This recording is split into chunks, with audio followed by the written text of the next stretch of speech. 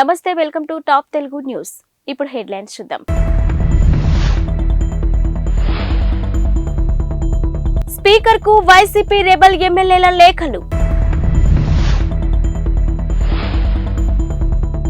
వృద్ధాప్యంలో ఉన్న అత్తను కోడలే చూసుకోవాలి, అది మన సంస్కృతిలోనే ఉంది. జార్ఖండ్ హైకోర్టు తీర్పు. కెనడా ఎన్నికల్లో విదేశీ శక్తుల జోక్యంపై విచారణలో భారత్ పేరు. ఆంధ్రప్రదేశ్ అసెంబ్లీ స్పీకర్ కు వైసీపీ రెబల్ ఎమ్మెల్యేలు తాజాగా లేఖలు రాశారు. తమకు అందిన నోటీసులు వివరణ ఇచ్చేందుకు 4 వారాల గడువు ఇవ్వాలని కోరారు. ఈ మేరకు వైసీపీ రెబల్ ఎమ్మెల్యేలు మేకపాటి చంద్రశేఖర్ రెడ్డి, ఉండవల్లి శ్రీదేవి, కోటంరెడ్డి శ్రీధర్ రెడ్డి, ఆనం రామనారాయణ రెడ్డి బుధవారం స్పీకర్ కార్యాలయానికి విడివిడిగా లేఖలు పంపించారు. తాము అందుకున్న నోటీసులను పరిశీలించాల్సిన అవసరం ఉందని, తమపై ఫిర్యాదు చేసిన వారు సమర్పించిన ఆధారాలను అందించాలని ఈ లేఖలో కోరారు. ఇక వాటిని పరిశీలించేందుకు 4 వారాల గడువు కూడా ఇవ్వాలంటూ విజ్ఞప్తి చేశారు. తమ పార్టీకి చెందిన 4 ఎమ్మెల్యేలు అనైతికంగా పార్టీ మారారని, పార్టీ ఫిరాయింపుల చట్టం ప్రకారం వారిపై చర్యలు తీసుకోవాలని వైసీపీ స్పీకర్ కు ఫిర్యాదు చేసింది. ఇక ఆనం, కోటంరెడ్డి, మేకపాటి, ఉండవల్లి శ్రీదేవిలపై అనర్హత వేటు వేయాలని కోరింది. ఈ ఫిర్యాదును పరిశీలించిన స్పీకర్ తమ్మినేని సీతారాం, పార్టీ ఫిరాయింపులకు పాల్పడిన నేపథ్యంలో వారిపై చర్యలు ఎందుకు తీసుకోకూడదో వివరణ ఇవ్వాలని నోటీసులు జారీ చేశారు. ఇక ఈ నోటీసులకు వివరణ ఇచ్చేందుకు మరింత సమయం కావాలని వైసీపీ రెబల్ ఎమ్మెల్యేలు తాజాగా లేఖలు రాశారు. వృద్ధాప్యంలో ఉన్న అత్త సంరక్షణపై జార్ఖండ్ హైకోర్టు కీలక వ్యాఖ్యలు చేసింది. ఆమె సంరక్షణ బాధ్యతను చూసుకోవాల్సింది కోడలేనని, అది మన సంస్కృతి సాంప్రదాయాల్లోనే ఉంది అని పేర్కొంది. ఇక ఓ విడాకుల కేసు సందర్భంగా కోర్టు ఈ వ్యాఖ్యలు చేసింది.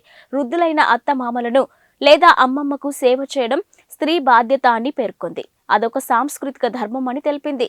వారి నుంచి విడిపోయినా వేరుగా కాపురం పెట్టాలని భర్తపై ఒత్తిడి తీసుకురావడం సమంజసం కాదని జస్టిస్ సుభాష్ చంద్ర స్పష్టం చేశారు. అంతేకాదు, ఎలాంటి కారణం లేకుండా భర్త నుంచి విడిపోయినట్టయితే మనోవర్తి పొందే హక్కు భార్యకు ఉండదని పేర్కొన్నారు. విడాకుల కేసును విచారించిన ధుమ్కాలోని కుటుంబ న్యాయస్థానం భార్యకు 30,000 రూపాయలు, కుమారుడికి 15,000 రూపాయలు చెల్లించాలని తీర్పునిచ్చింది. ఇక భర్త దీనిని జార్ఖండ్ హైకోర్టులో సవాలు చేశారు. విచారించిన న్యాయస్థానం పై విధంగా తీర్పు చెప్పింది. అంతేకాదు, ఈ సందర్భంగా కుటుంబంలోని మహిళల ప్రాముఖ్యాన్ని చెబుతూ మన స్మృతిలోని విషయాలను ప్రస్తావించడం గమనార్హం. ఖలిస్తానీ ఉగ్రవాది హర్దీప్ సింగ్ నిజ్జార్ హత్య పర్యవసనాలతో భారత్ కెనడా దౌత్య సంబంధాలు దెబ్బతిన్న నేపథ్యంలోనే మరో కీలక పరిణామం చోటు చేసుకుంది. అయితే తమ దేశ ఎన్నికల్లో విదేశీ శక్తుల జోక్యంపై జరుపుతున్న విచారణలో భారత్ పేరును కెనడా చేర్చింది. ఇక ఎన్నికల్లో భారత్ జోక్యం అవకాశాలపై తాము కోరిన సమాచారం అందించాలని కెనడా ప్రభుత్వాన్ని స్వతంత్ర విచారణ కమిషన్ కోరింది. 2019-2021 ఎన్నికల్లో భారత్ జోక్యానికి సంబంధించిన డాక్యుమెంట్లను అందజేయాలని కెనడా ప్రభుత్వాన్ని కోరినట్టు కమిషన్ బుధవారం ఒక ప్రకటనలో పేర్కొంది. ఈ ఆరోపణలకు సంబంధించి ఫెడరల్ ప్రభుత్వం వద్ద పూర్తి సమాచారాన్ని పరిశీలించనున్నట్టు తెలిపింది.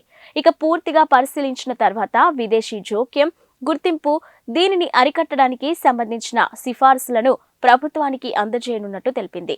కాగా విదేశీ శక్తుల జోక్యంలో భారత్ పేరును చేర్చడంపై ఒట్టవాలోని భారత హైకమిషన్ను బుధవారం సంప్రదించగా స్పందించలేదు. కాగా ఈ తాజా పరిణామంతో ఇప్పటికే ఉద్రిక్తంగా ఉన్న ఇరు దేశాల సంబంధాలను మరింత దెబ్బతీయవచ్చనే విశ్లేషణ వెలువడుతున్నాయి. ఏపీ ముఖ్యమంత్రి వైఎస్ జగన్ చేతులెత్తేశారని, వైసీపీ ప్యాకప్ అవుతుందని టీడీపీ యువనేత నారా లోకేష్ అన్నారు. ఎక్స్ వేదికగా ఆయన ఈ వ్యాఖ్యలు చేశారు. ఇక హ్యాపీగా దిగిపోతా ఎన్నికల ముందు జగన్ స్వరంలో నిరాశ పేరుతో ఆంధ్రజ్యోతి దినపత్రికలోని వచ్చిన వార్తను ఆయన షేర్ చేశారు. ఇక 56 నెలలుగా అధికారంలో ఉన్నాను, నేను బెటర్గానే చేశానని అనుకుంటున్నా, ఎలాంటి విచారం లేదు, ఇప్పటికిప్పుడైనా సంతోషంగా దిగిపోతా అంటూ జగన్ నిర్వేదాన్ని వ్యక్తం చేసినట్టు ఈ వార్తలో ఉంది.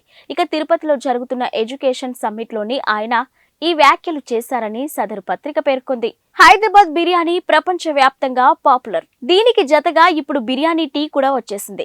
ప్రస్తుతం నగరంలో ఈ సరికొత్త ట్రెండ్ వెళ్లాలనుకుంటుంది. ఇక బిర్యానీ రుచిని టీకి జత చేయాలన్న ఆలోచనలో నుంచి పుట్టిన ఈ బిర్యానీ టీ నగరవాసుల మన్ననలు పొందుతుంది. చాలా చోట్ల బిర్యానీ టీ స్టాళ్లు కూడా పుట్టుకొచ్చాయి. ఇక బిర్యానీ టేస్ట్ కు ప్రధాన కారణం అందులో వాడే మసాలా దినుసులే. ఇక భారతీయులందరూ ఇష్టపడే ఒకే ఒక్క పానీయం టీ. ఈ రెండింటిని ఓ చోట చేర్చి తయారు చేసేదే బిర్యానీ టీ. ఇక వేడి నీళ్ళలో స్ట్రాంగ్ టీ పొడితో పాటు బిర్యానీలో వాడే ఆకులు, దాల్చిన చెక్కలు, మసాలా దినుసులు, సోంపు, కావలసినన్ని యాలకులు, నల్ల మిరియాలు, గసగసాలు, అర టీ స్పూన్ ఫెన్నెల్, అర టీ స్పూన్ టీ ఆకులు జోడించి దీన్ని తయారు చేస్తున్నారు. ప్రస్తుతం మార్కెట్లో ఉన్న టీ వెరైటీల కంటే ఇదే భిన్నంగా ఉండడం ఈ పానీయం నగరవాసులకు బాగా నచ్చడంతో అనేక చోట్ల బిర్యానీ టీ స్టాళ్లు ప్రారంభమవుతున్నాయి. ఇక పేరుకే బిర్యానీ టీ అయినా దీనికి బిర్యానీ రుచితో ఏమాత్రం సంబంధం ఉండదు. కేవలం మసాలాలను మాత్రమే జోడించడంతో ఈ టీ తనదైన కొత్త రుచిని సంతరించుకుంది. మసాలా ఛాయ్ని తలదన్నేలా ఉంటుంది. అసలే ఇది శీతాకాలం కావడంతో ఈ కొత్త టీ ఫ్లేవర్ జనాలను ఉర్రూతలూగిస్తుంది. ఆస్ట్రేలియాలోని ఓ బీచ్ లో స్నానాలకు వెళ్లిన 4 భారతీయులు ప్రమాదవశాత్తు నీటిలో మునిగి ప్రాణాలు కోల్పోయారు. ఇక విక్టోరియాలోని ఫిలిప్ ఐలాండ్ బీచ్ లో ఈ ఘటన జరిగినట్టు కాన్బెర్రాలోని భారత హైకమిషన్ తెలిపింది. ఇది హృదయ విదారక ఘటన అని ఆవేదనను వ్యక్తం చేసింది. బాధితుల స్నేహితులను సంప్రదించి అవసరమైన సాయం అందిస్తామని చెబుతూ వారి కుటుంబాలకు సానుభూతి తెలిపింది. ఇక జనవరి 25న మధ్యాహ్నం 3:30 సమయంలో 3 మహిళలు, ఓ పురుషుడు బీచ్ లో ప్రమాదంలో ఉన్నట్టు తమకు సమాచారం అందినట్టు విక్టోరియా పోలీసులు తెలిపారు.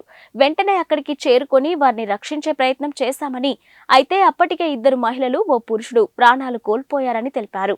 ఇక అపస్మారక స్థితిలో ఉన్న మరో మహిళను ఆసుపత్రికి తరలించినట్టు చెప్పారు. అక్కడ ఆమె చికిత్స పొందుతూ మృతి చెందినట్టు తెలిపారు. వీరి మృతి వెనుక కారణాలు ఏంటి అని అనుమానాస్పద పరిస్థితులేవీ లేవని దర్యాప్తు చేస్తున్నప్పుడు పేర్కొన్నారు. భారత దిగ్గజ బాక్సర్ మేరీ కోమ్ రిటైర్మెంట్ ప్రకటించిందంటూ గురువారం ఉదయం నుంచి వార్తలు వస్తున్నాయి. అయితే ఈ వార్తలను ఆమె ఖండించారు. తాను ఇంకా రిటైర్మెంట్ ప్రకటించలేదని స్పష్టం చేశారు. తన వ్యాఖ్యలను తప్పుగా ప్రచారం చేస్తున్నారని క్లారిటీ ఇచ్చారు. తాను ఎప్పుడు ప్రకటించాలనుకున్నా వ్యక్తిగతంగా మీడియా ముందుకు వస్తానని తెలిపారు. తాను రిటైర్మెంట్ ప్రకటించానంటూ కొన్ని మీడియా కథనాలు వస్తున్నాయని, ఇక అందులో నిజం లేదని ఆమె వివరించారు. ఇక ఈ మేరకు ఓ ప్రకటన విడుదల చేశారు. జనవరి 24న తాను దిబ్రూఘర్లోని ఒక పాఠశాలలో జరిగిన కార్యక్రమంలో పాల్గొన్నానని, ఇక అందులోని పిల్లలను ప్రోత్సహిస్తూ మాట్లాడానని చెప్పారు. తనకు ఇప్పటికీ క్రీడల్లో ఇంకా సాధించాలనే కోరిక ఉన్నప్పటికీ ఒలింపిక్స్ లో వయోపరిమితి కారణంగా పాల్గొనడానికి వీలుండదని చెప్పానని అన్నారు. ఇక వయోపరిమితి ఉన్నప్పటికీ తన ఆటను కొనసాగించగలనని, ఇప్పటికీ తాను ఫిట్నెస్ పై దృష్టి సారిస్తున్నానంటూ పిల్లలకు చెప్పానని క్లారిటీ ఇచ్చారు. తాను రిటైర్మెంట్ ప్రకటించినప్పుడు ఖచ్చితంగా అందరికీ తెలియజేస్తానని అన్నారు. 5 మ్యాచ్ల టెస్టు సిరీస్ లో భాగంగా ఉప్పల్లో జరగనున్న తొలి టెస్టులో ఇంగ్లాండ్ జట్టు టాస్ గెలిచి బ్యాటింగ్ ఎంచుకుంది.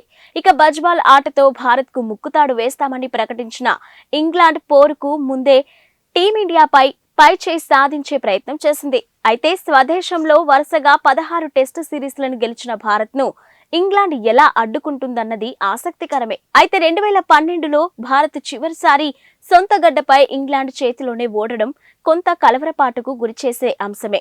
ఇక మరోవైపు ప్రపంచ టెస్ట్ ఛాంపియన్షిప్ ఫైనల్ పరంగా చూసుకున్నా కూడా భారత్ కు ఇది ఎంతో ముఖ్యమైన సిరీస్.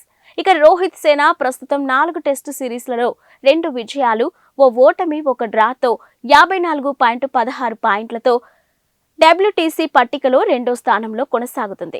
అయితే ఇంగ్లాండ్ 5 టెస్టుల్లో 2 సిరీస్లలో 2 విజయాలు, ఓటములు, 1 డ్రాతో 7వ స్థానంలో ఉంది. టాస్ అనంతరం రోహిత్ శర్మ మాట్లాడుతూ 5 మ్యాచ్ల టెస్ట్ సిరీస్ ను తొలిసారి ఆడుతున్నట్టు చెప్పారు. అయితే కుర్రాళ్లందరూ ఉత్సాహంగా ఉన్నారని, ఇలాంటి వాతావరణంలో తాము గతంలోనూ ఆడామని చెప్పుకొచ్చాడు.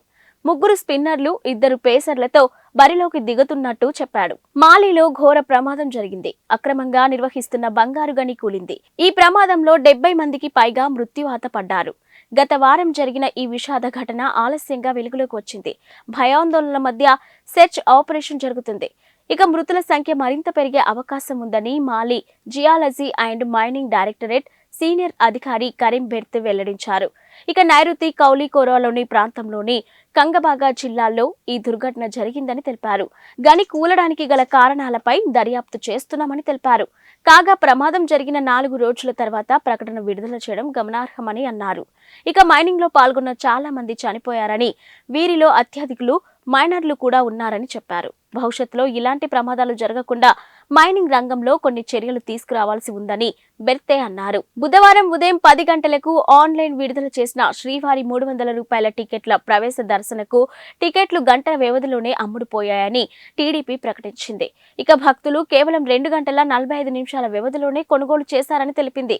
ఇక శ్రీవారి ఆర్జిత సేవలు, లక్కీ డిప్, వృద్ధులు, దివ్యాంగులు, శ్రీవాణి ట్రస్ట్ 300 రూపాయలకే ప్రవేశపెట్టిన దర్శనం టికెట్లను బుధవారం ఉదయం 10 గంటలకు ఆన్లైన్ విడుదల చేసిన శ్రీవారి 300 రూపాయల ప్రత్యేక ప్రవేశ దర్శనం టికెట్లు గంటల వ్యవధిలోనే అమ్ముడుపోయాయని టీటీడీ ప్రకటించింది. భక్తులు కేవలం 2 గంటల 45 నిమిషాల వ్యవధిలోనే కొనుగోలు చేశారని తెలిపింది. ఇక శ్రీవారి ఆర్జిత సేవలు, లక్కీ డిప్, వృద్ధులు, దివ్యాంగులు, శ్రీవాణి ట్రస్ట్ 300 రూపాయల ప్రత్యేక ప్రవేశ దర్శనం టికెట్లను ఈ నెల 18 నుంచి 24 మధ్య టీటీడీ అందుబాటులో ఉంచింది. కాగా ఏప్రిల్ నెలకు సంబంధించి శ్రీవారి దర్శన టికెట్లు పొందిన భక్తుల కోసం మాత్రమే తొలిసారి వసతి గదుల కేటాయింపును ఆన్లైన్లో నిర్వహించింది. ఈ మేరకు టీటీడీ వివరాలను వెల్లడించింది. ఇవి ఇప్పటివరకున్న బులెటిన్ అప్డేట్స్.